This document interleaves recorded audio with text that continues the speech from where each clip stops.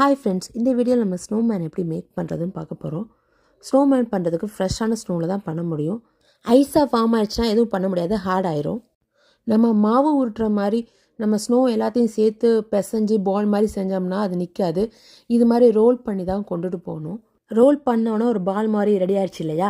இப்போது பெரிய பால் கீழே வச்சு ஷேப் பண்ணுறோம். இப்படி தட்டி விட்டாலே போதும், அது ரவுண்ட் ஷேப்பில் வந்துடும்.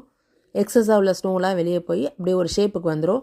இப்போ செகண்ட் பால் எடுத்து வைக்கிறோம். அதுக்கு மேலே ஒரு தேர்ட் பாலும் எடுத்து வைக்கிறோம். இந்த ஸ்னோ பால் வந்து நம்ம நினைக்கிற மாதிரி சாஃப்டாக ரொம்ப வெயிட்லெஸ்ஸாக இருக்காது, ரொம்ப வெயிட்டாக தான் இருக்கும். நம்ம லைட்டாக தான் உருட்டின மாதிரி இருந்துச்சு, ஆனால் அதுக்கே ஸ்னோ பால் ரொம்ப டைட்டாகி ஸ்ட்ராங் ஆயிடுச்சு. உருட்டு அப்படி லாஸ்ட் டைம் நாங்கள் ஸ்னோமேன் பண்ணும்போது ஸ்னோ அப்படி பிடிச்சி ஒன்றா சேர்த்து குமிச்சு வச்சோம். அப்போ ஸ்னோ ஸ்டேயரவே இல்லை. அதுக்கப்புறம் இந்த வருஷம் தான் எங்களுக்கு இந்த ட்ரிக்ஸ்லாம் தெரிஞ்சது. இந்த வருஷம் சூப்பராகவே பண்ணியாச்சு. பசங்களும் இன்ட்ரெஸ்டாகவே இதெல்லாம் பண்ணுவாங்க. வின்டர் டைமில் இது ஒரு நல்ல ஒரு அவுட்டோர் ஆக்டிவிட்டியாக இருக்கும். வெதரும் இன்றைக்கி கொஞ்சம் நார்மலாக இருந்துச்சு, 4 டிகிரி அப்படி தான் இருந்துச்சு.